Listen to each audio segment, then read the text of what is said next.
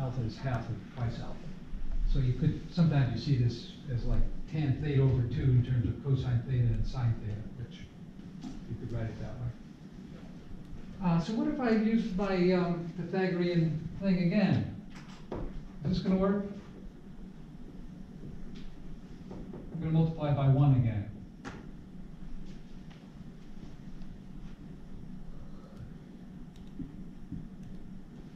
What happens? At the top, I get a difference of squares, right? This minus that times this plus that is this squared minus that squared, regardless of this and that.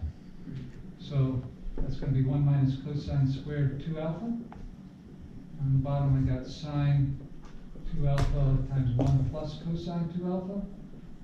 All right, so that's sine squared, right?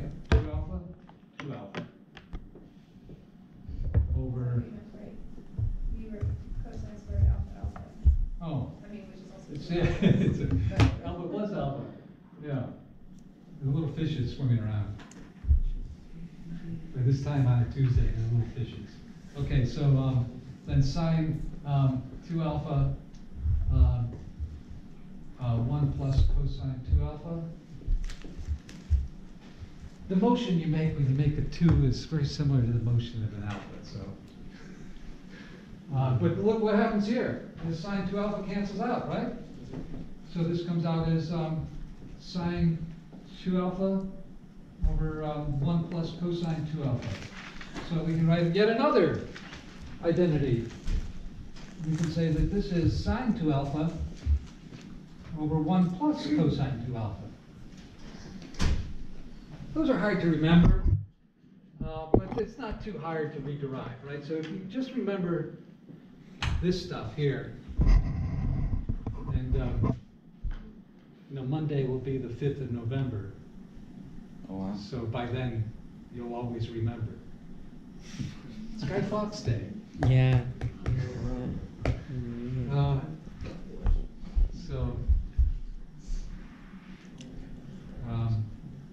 Yeah, so if you just remember these guys here, then the rest of these are pretty easy to reconstruct if you forget these, right?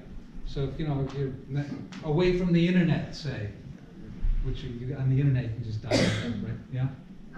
The book also lists a different double angle formula for tangent to alpha, which is 2 tangent alpha over 1 minus tangent squared. So I have the double angle formula here. Oh, yeah. Where did I write the double angle? I just didn't write it, did I? I thought that's what we were doing. No, we're doing the half angle Oh, formula. half of it, right. I never did the double angle, did I? So I got, I got the double for sine, the double for cosine, then I did the half angle for cosine, the half angle for sine, and the half angle for tangent, which, this is separate from that, right? It's one big box there. This is separate, right? This is the square of tan alpha, south of tan alpha. Those three. But yeah, we never did, okay, so where's a good place? How about here? So tan 2 alpha. Well, upstairs, that's alpha plus alpha, right? So it's going to be tan alpha plus, right? Because it's plus, so it'll be 2 tan alpha. And then on the bottom will be 1 minus tan squared alpha. That's the double angle identity for tangent. So a lot of identities here. And that's not all. It's a house of mirrors, so it's full of things that are all the same. So where am I here? This is, I'm not seeing my, what happened to it? So, I did plug it in. Let's plug it in over here. Oh, there it is. So I just wanted the book. So I could see, but yeah, so I think in the book, this is 7.3, which is titled the double angle formulas, the half angle formulas, and the sum to product and product to sum. I think we do the product to sum first.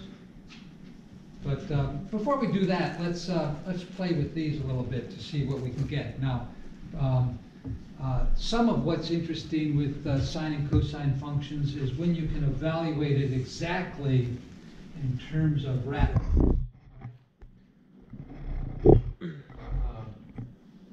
When is that? Well, pi over 3 comes to mind, pi over 4, the usual suspects, right? Those are all in terms of, well, and why? Because of the, you know, you've got the equilateral triangle, so all these sides are the same, so 1, 1, or half, then the altitude is square root of 3 over 2, and that gives you sine of pi over 3 is square root of 3 over 2. Cosine of pi over 3, that's what I meant to write here, is 1/2. Similarly, pi over 6 is this angle up here. That's the complementary angle. So the complementary sine is the cosine, and that's going to say the cosine of pi over 6 is square root of 3 over 2, and the sine of pi over 6 is 1/2, right? And so that's how we get, it's just by symmetry, right, that we get those exact values for sine and cosine of pi over 3 and pi over 6. Then for the pi over 4, we have just solving Pythagoras' identity with the two edges. So you have an equilateral, so this is pi over 4. Then you have an isosceles right triangle, is what that is, right? The two legs have the same length. So you get x squared plus x squared equals 1 squared, or 2x squared equals 1 squared, or x squared equals 1/2. And the square root of 1/2 is root 2 over 2, right? So that's where those come from. So we get these exact representations. So now we can say, look, yeah, how about pi over 12? So what's the sine pi over 12? Well, I think we got that last time, didn't we? Yeah, that was at the end of the hour on last Thursday. We said, yeah, we can use the addition identities for that. And I think, let's just repeat that, right? So you can either look at this as sine of pi over 3 minus pi over 4, or you can look at it as sine of pi over 4 minus pi over 6. I think either one of those works, doesn't it? Here you're going to get 4 pi minus 3 pi over 12. Here you're going to get 3 pi minus 2 pi over 12. In both cases, you get pi over 12, right? And this one, you'll get sine of pi over 3 cosine pi over 4 minus cosine pi over 3 sine pi over 4. And that comes out to what sine pi over 3 we said was root 3 over 2. And this is root 2 over 2 minus root 2 over 2. Say pi over 3 and pi over 4. So this is actually 1/2 root 2 over 2. How are we doing? Is that correct now? And so that comes out again in terms of exact radicals as square root of 6 minus square root of 2 all over 4.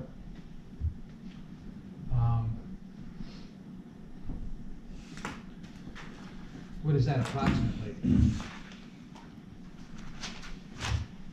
Square root of 6 on a Tuesday? 2.24 or something?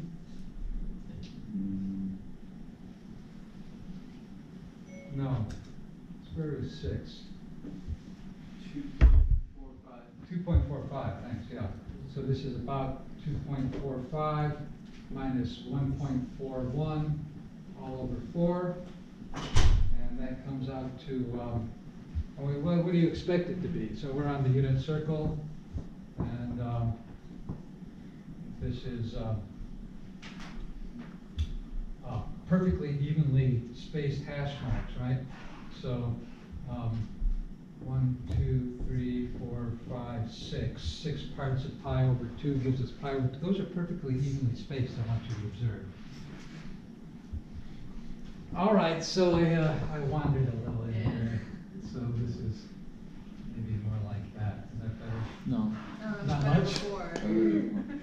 So this is pi over 4, this is pi over 3, this is pi over 12, right?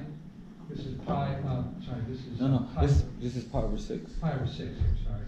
This is pi over 3. No, pi 12. Sorry? Pi 12, isn't it? The next one? Yeah, pi, so this is pi over 12, 2 pi over 12, 3 pi over 12, 4 pi over 12, 5 pi over 12, right? And then 6 pi over 12 is pi over 2. So if you space those perfectly evenly, then you see, yeah, that this is, square root of 2 over 2. This is square root of 3 over 2. So this is this other number, which should be pretty close to, well, now what is it close to? We don't know. Because it's going to be up here, right? So this is square root of 2 over 2. This is 1/2, right? And this one is the one we're about to get. So it's going to be less than 1/2. So we're going to get